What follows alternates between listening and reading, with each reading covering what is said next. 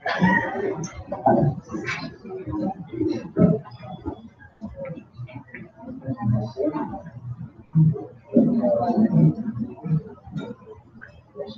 evening and thank you for joining us. I need a motion to approve the agenda. I make a motion to approve the agenda. All in favor? Aye. I'll say aye. Aye. We have no no correspondence to the board. Do we have any public comments?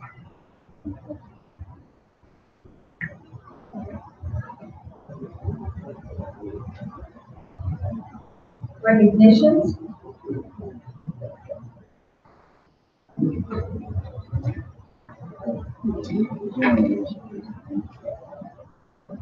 So tonight we have two groups that we'd like to talk about. First, for our partners in education, we actually have our parents as teachers that we would like to just honor tonight for the board. Parents as teachers within our two elementary schools do everything from back when I was a principal, purchasing smart boards to running chili nights and bingo nights and just all kinds of things to give back to our kids. Most of the time, the money that comes in for those now goes straight into our field trips for our kids and helps them to be able to go out and do great things. In fact, I believe Katie's fourth grade just went to see the Mavericks and just came back from that trip sponsored by PTO. But within both buildings, our PTOs do a wonderful job of supporting our students. So if you are involved in parents and teachers organization, if you would please stand and be recognized by our board. And then also we'd like for you guys to come up and do a picture. And I know that our teachers are here as well. They all join our parent-teacher organization. And so they're just as much a part of it as any other community. So if you're part of the PTO, please stand and be recognized.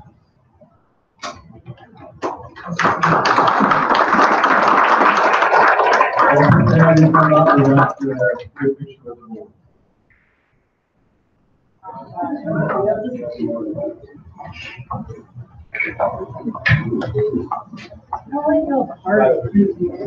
Right down here, man.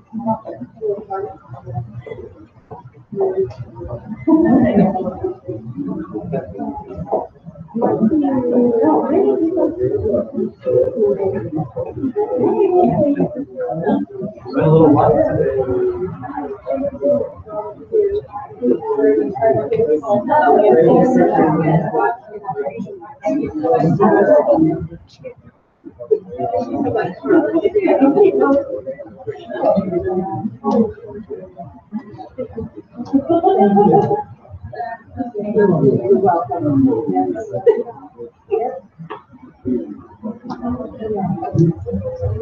You guys can see that for just a little bit. There you go.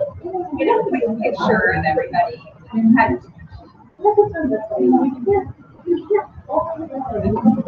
All right. I'll take the picture on. Thank you.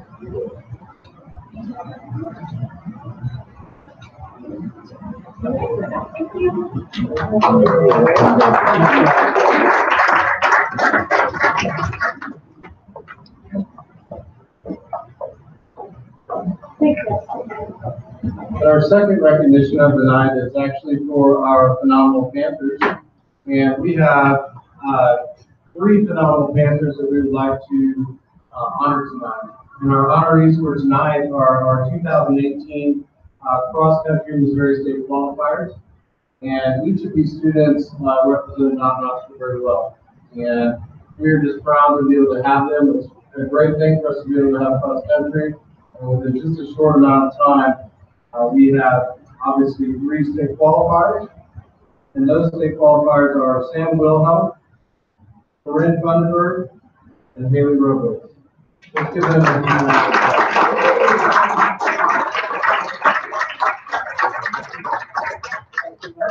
come on up here. Just a little bit of background on these guys. All 3 of our honorees tonight did get all conference. We believe that they were all district as well. And then Sam finished 17th at state, and he got all state in cross country. So let's give them one more round.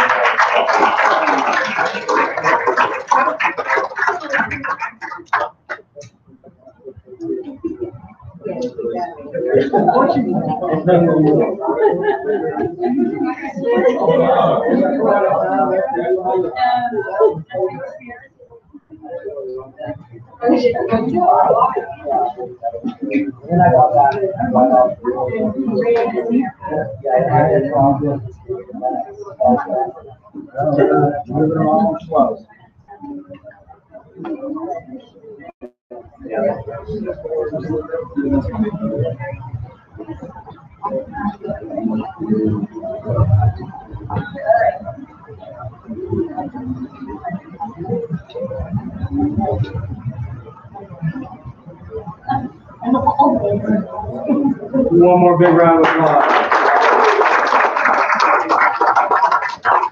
Thank you all.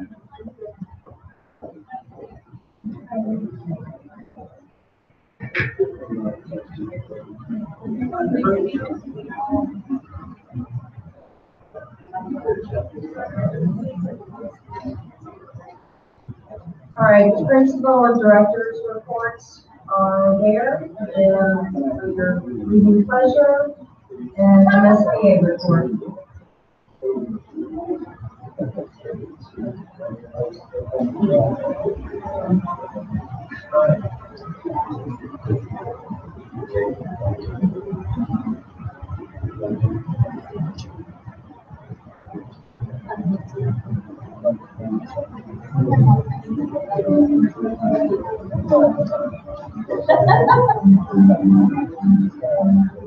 Hello, everyone, and welcome to the Missouri School Boards Association's board report for the month of November.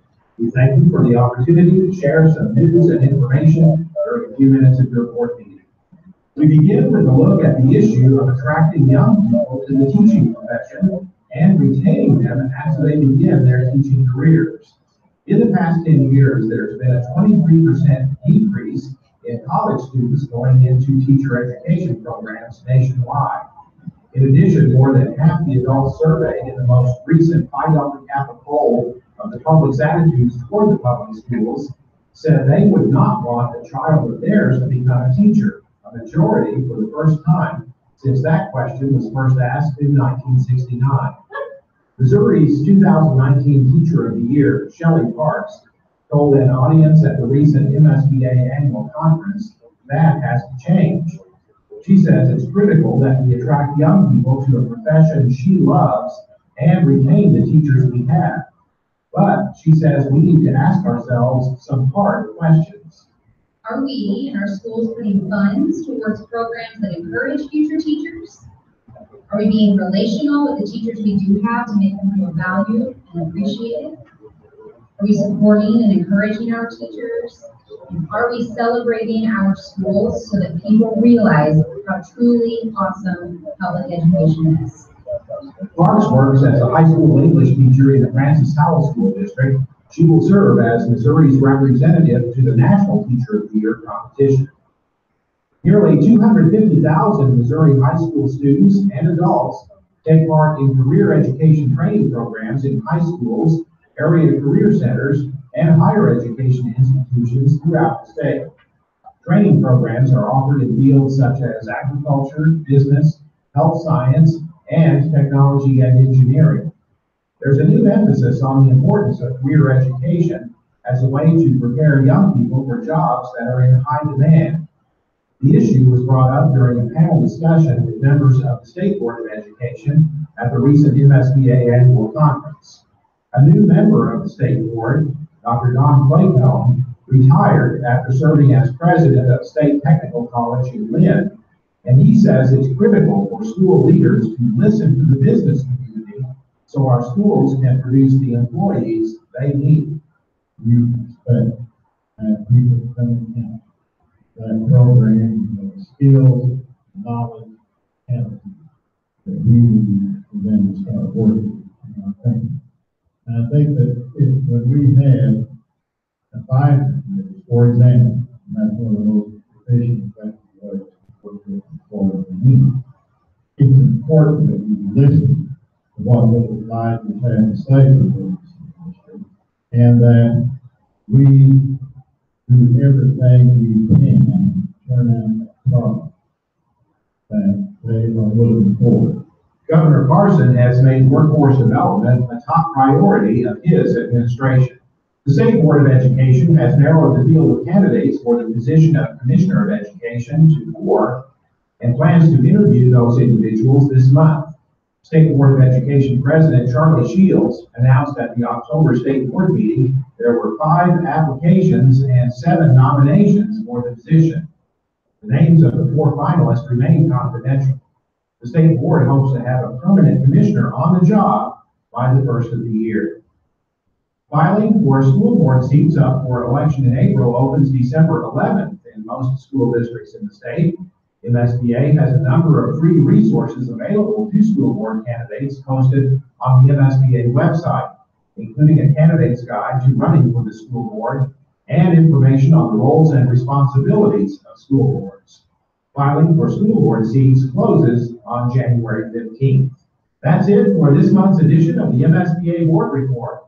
Thanks for allowing us to have some time at your board meeting, and so long from Columbia. Next up is superintendent report. All right, well, good evening, everyone. Thanks for those of you who came out and decided to stick around for the meeting. It's a relatively short one tonight, and we're kind of slim on our board members, but we do have the quorum, so thank you guys for coming in and try to make it painless. Before I get into my report, a couple of things to talk about there from the MSBA report. On the retention issue, we recently met with the teachers to discuss our new CSIP process, and one of our goals is highly effective staff. And underneath that goal, we have an objective that specifically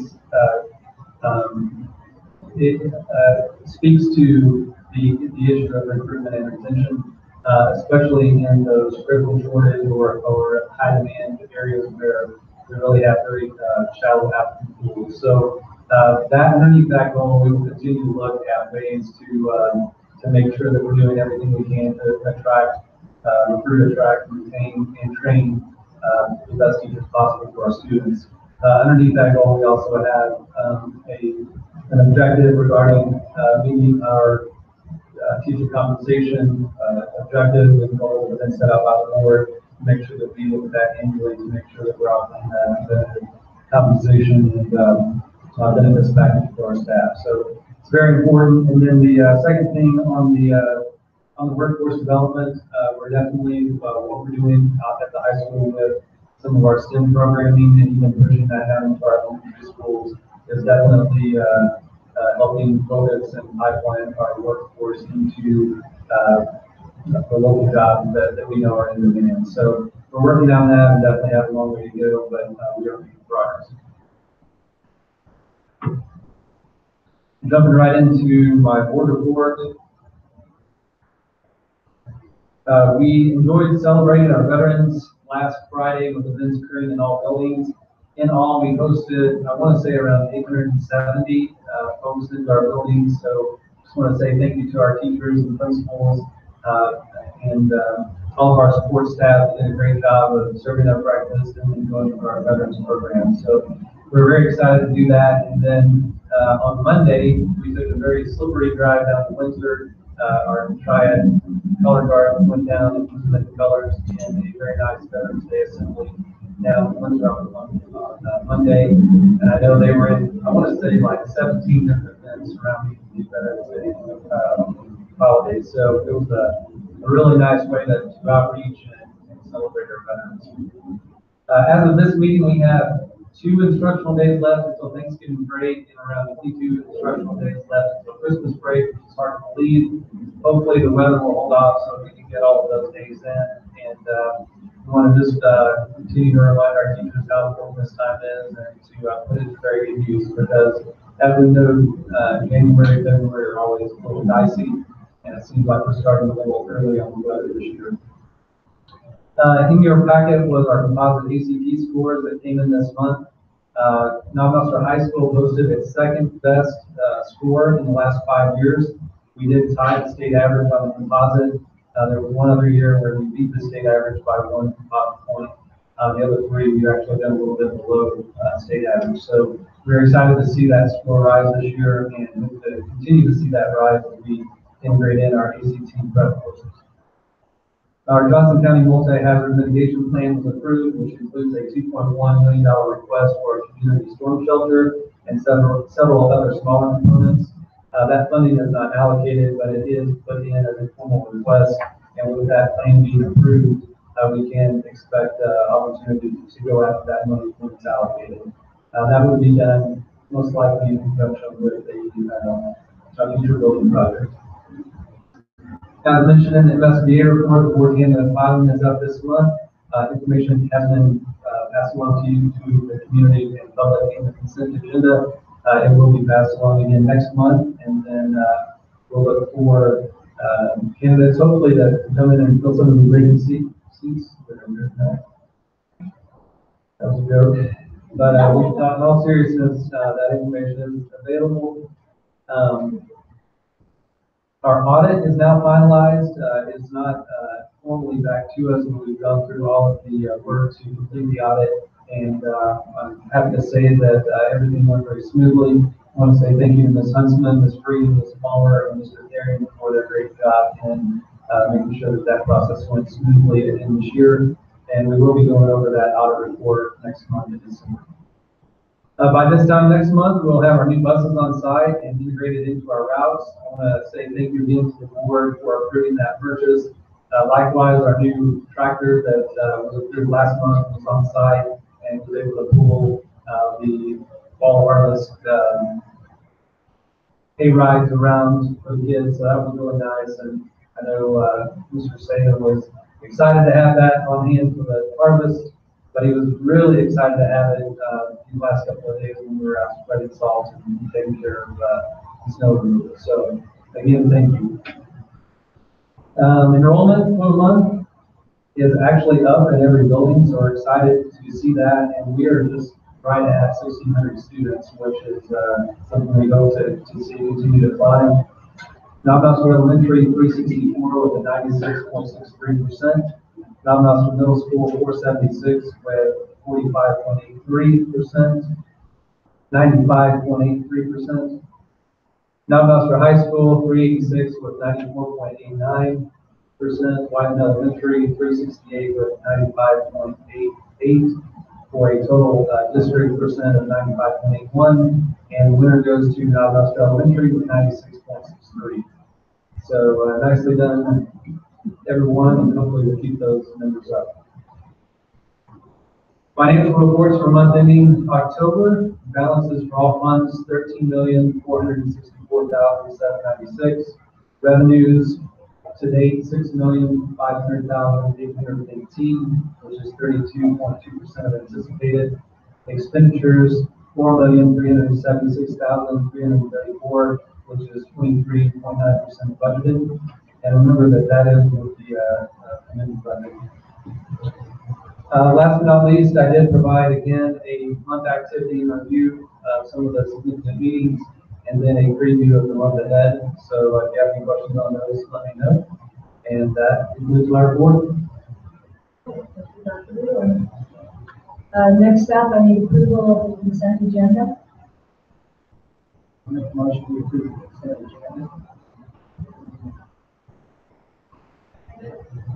All in favor? Aye.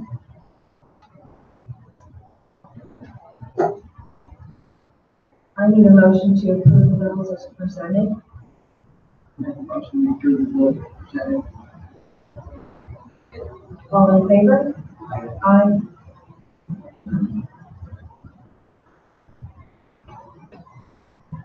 This is a motion to approve and process payment for the 2018 insurance policy renewal with music as presented, including the 7-day umbrella policy and 10-day policy. So the only things that I would comment here, just to kind of go over what was included in the agenda item. We did see an increase in our property liability insurance this year. Remember, we did add a couple of additional buses to the fleet. Also, our payroll did go up a little bit. And then there was just some general increase on the premium. So we saw about a $16,000 increase on our property and liability. The umbrella policy of $7 million, I'm recommending that again. Premium on that is $8,487. And then the cyber policy for $10 million, again, recommending that like last year. They have not determined that premium yet, but last year it was $1,600, so we expect that to come in next month. So, in essence, I'm recommending the same coverage as what we've had on the last year. Make a motion to approve the 2019.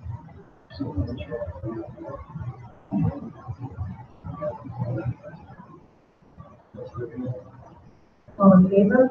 Aye. This is for discussion and information only. Just very briefly, I wanted to remind the board that we have our DODEA grant announcement coming up on December 10th. We've set that at 10:30 a.m. in the morning in Hangar 52. We will be dedicating a lot of time with Mrs. Brand and the rest of the gang to get that event set up. The governor has confirmed that he will be here, so we expect this event to be very much like the 2016 event. Only we think it will be just a little bit bigger as the number of people that are partnering up with the district have increased. So we look forward to a great event, and please let us know if you can make that. We sure hope that you can, and we'll do the public relations video again and do a good capture of what that event. But we're really excited about that, and I think you guys know all the details. $2.25 million dedicated to student leadership, STEM, some supplies, and other professional development to sort of support some of our programs. Thank you, Dr.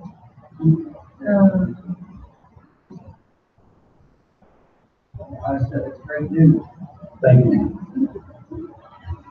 Under old business, MSBA 2018A policy update. So that was provided for third reading and approval today. I need a motion to approve. So I just approved A, B, and C. I make the motion that we approve all those MSBA policies.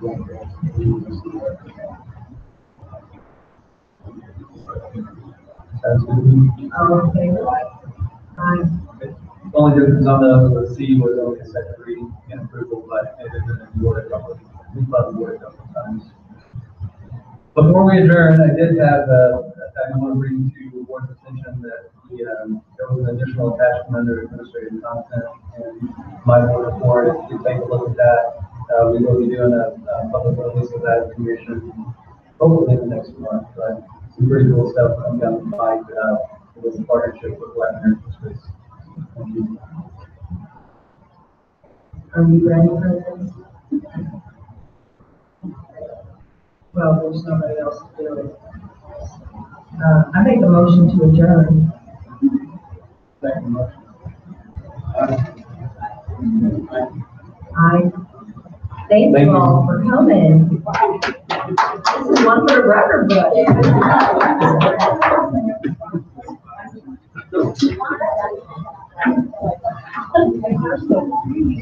Oh my God.